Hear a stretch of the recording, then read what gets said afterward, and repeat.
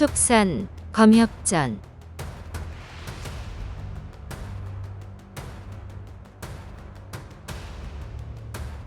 (68화) 모여드는 조력자들. 옥청은 신하침을 빌려오라 하고 추운수는 부화장을 거두려 하네.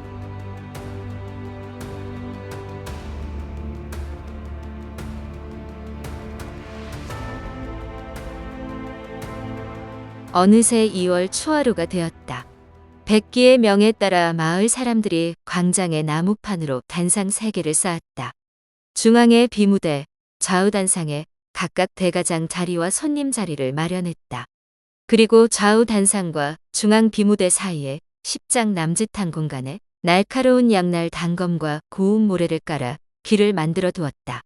마지막으로 대청을 말끔히 정리해 연회장으로 꾸몄다. 어느 정도 준비를 마친 후 황연극에 초대장을 전달하기로 하였다.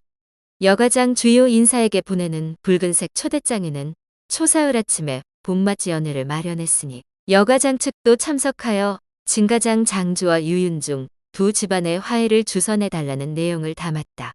황연극이 여가장에 찾아가 여원명과 가군박에게 대가장의 뜻을 전했을 때 두 사람은 전혀 악의 없이 아주 공손한 태도로 틀림없이 가겠노라 답했다. 두 사람은 대화 중에 황연극이 현진자의 제자임을 알고 대가장의 아미파 조력자가 더 있구나 싶어 심히 불안해졌다. 그래서 황연극을 배웅하자마자 법원에게 달려가 상의했다. 사실 법원은 자운사 대결에서 아미파에게 무참히 패한 후 복수할 방법을 찾기 위해 직접 허비랑을 찾아가던 중이었다. 그런데 여가장 부근을 지나던 중 화산파제자 여원명과 가군박이 이곳에 있다는 소식을 들었다. 그렇지 않아도 열화가 자운사를 도우러 오지 않은 까닭에 궁금했기에 당장 발걸음을 돌렸다. 자세한 사정을 알아두면 후에 다시 도움을 청할 수 있으리라 생각했다. 두 사람을 만나보니 역시 이유가 있었다. 열화는 오랫동안 공들인 열화내음검을 완성하지 못한 데다 우담의 경고를 받은지라 섣불리 움직이지 못했던 것이다. 법원은 이 사실을 확인하고 바로 떠나려 했으나 대가장 치는 일을 도와달라는 두 사람의 부탁을 뿌리치지 못했다. 나중에 열화의 도움이 필요할 때 두 사람을 이용할 셈이었다. 들어보니 대가장의 무예 실력이 뛰어난 자는 꽤 있으나 검선 실력자는 기껏해야 동원기뿐이니 크게 문제될 것이 없었다. 크하하. 걱정할 것 없소. 아미파가 무어 별거라고. 다만 추운수 그 늙은이 거처가 지척이라 좀 꺼림칙한데. 어쨌든 대결이 코앞이고 대가장 놈들이 내가 온 줄 모르고 동원기만 믿고 있으니 그날 상황을 지켜보다가 마지막에 나가서 동원기만 처리하면 되겠구려. 만약 추운수가 나타나더라도 화산으로 도망가면 그만이요. 위험에 처한 마을 사람들을 두고 우리를 쫓아오지는 않을 테니까. 우리는 열화내음검이 완성될 때까지 기다렸다가 다시 복수하면 되고. 여원명과 가군박은 법원의 말이 일리가 있다고 여겨 상의 끝에 대가장으로 답신을 보냈다. 각 마을은 모두 오랜 이웃이니 예전처럼 무기를 들고 싸워 많은 사람이 다치는 일이 벌어져서는 안 될 것이오. 약조한 날에 진 장주, 나 대협과 함께 연회에 참석하여 진가장과 대가장이 화해할 수 있도록 중재하도록 하겠소. 백기가 여가장 전령에게 받은 서신 내용을 모두에게 전한 후 가장 먼저 조심원이 의견을 냈다. 꽤나 호의적이군요. 우리 쪽에 조력자가 합류한 것을 모르지 않을 텐데 아무래도 다른 꿍꿍이가 있는 것 같습니다. 우리도 단단히 방비해야겠습니다. 옳은 말씀입니다. 얘를 갖추는 척하고 뒤에서 공격을 준비하고 있겠지요. 우리도 처음에는 정중히 맞이하겠지만 절대 긴장을 늦추지 말아야 합니다. 백기는 하매 등 내 여협이 실력이 뛰어나지만 조금 자만한 것을 알고 능조에게 특별히 부탁했다. 능소저에게 내 사람을 잘 대접하되 기회를 보아 그날 신중히 대응해달라는 말을 전하도록 해주세요. 법원이 합세한 이상 경솔하게 맞서면 절대 안 됩니다. 후에 이 말을 전해 들은 하매 일행은 기꺼이 수긍하고 받아들였다.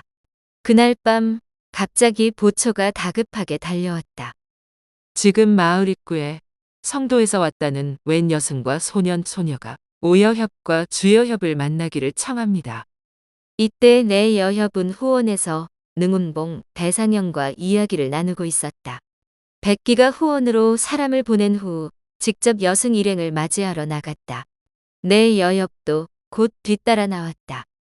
여승 일행은 다름 아닌 옥청과 장씨 남매였다. 오문기와 주경운이 크게 반기며 모두에게 소개한 후 다 함께 자리에 앉아 이야기를 나누었다. 사태, 어쩐 일로 여기까지 오셨어요? 대사원봉에 다녀왔더니 너희가 하매와 최기를 따라갔다더구나. 두 사파놈을 혼내주고 대가장을 돕는 일이라던데 이 애들이 무척 보고 싶어 해서 왔단다. 너희를 따라오고 싶었는데 함부로 옥천관을 비울 수 없어 내가 돌아오기만을 기다렸다는구나. 이 애들이 강호 경험을 쌓고 나도 겸사겸사 여러에게 육법을 배웠다는 가군박의 실력을 직접 확인해 볼 생각이었지. 그런데 떠나기 직전에 사부가 찾아오셨어. 내가 오랫동안 수련했으나 아직 제자 하나 거두지 못한 것이 안타깝다며 요청의 자질이 제법 뛰어나니 제자로 거두라고 하셨단다. 제 동생에게 사부가 생기자 장기 녀석 마음이 급해졌던 모양이야. 저도 제자로 받아달라고 애걸복걸했으나 알다시피 우리 문파는 남자 제자를 거둔 적이 없으니 울어도 소용없는 일이지. 그랬더니 사부께서 슬쩍 귀띔을 주시더구나.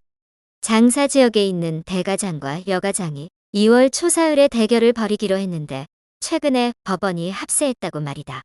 표면상으로는 평범한 마을 간 다툼처럼 보이지만 그 뒤에 여러 검선들이 합류한 만큼 정파와 사파의 대결이 될 것이라 하셨지. 사실 법원은 큰 문제가 아닌데 나중에 합세할 운남의 요괴강이 대단한 요법을 구사하기 때문에 검선들도 대적하기 쉽지 않을 것이라며 내게 이 애들을 데리고 가보라고 하셨어. 일단 지켜보다가 도울 일이 있으면 돕고 장기와 인연이 닿는 사부를 찾아볼 생각이란다. 옥청이 도우러 왔다는 말을 듣고 다들 크게 기뻐했고 곧 새로운 손님을 위한 연회를 마련했다. 사태. 그런데 추운수 어르신이 가까운 형산에 기거하시잖아요?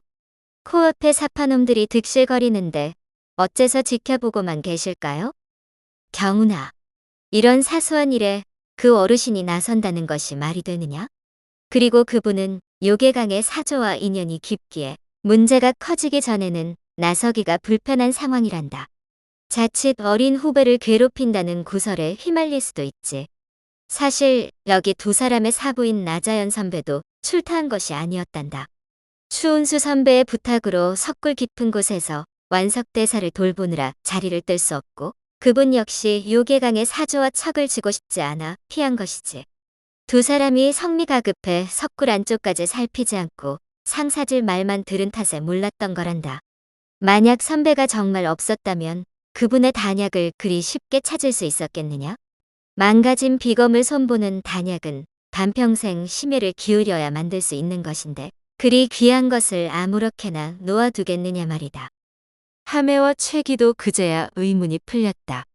사부는 항상 비밀리에 단약을 보관했는데 너무 쉽게 눈에 띄어 이상했었다. 상방숙 이 앙큼한 계집애 같으니라고. 사부가 사정이 있어 자리를 비울 수 없으면 그렇다고 말하면 되지.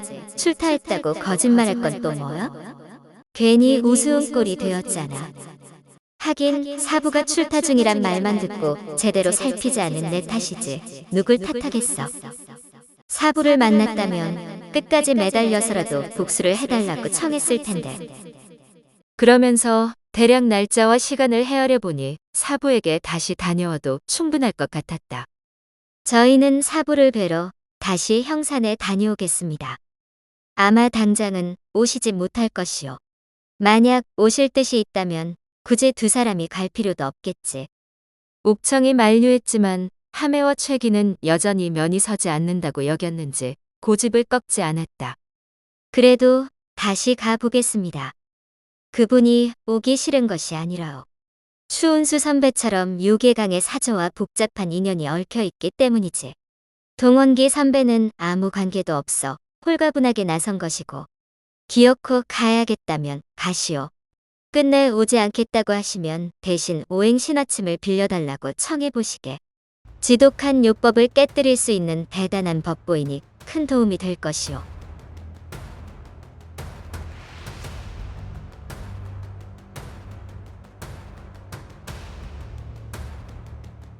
다음 화에서 이어집니다.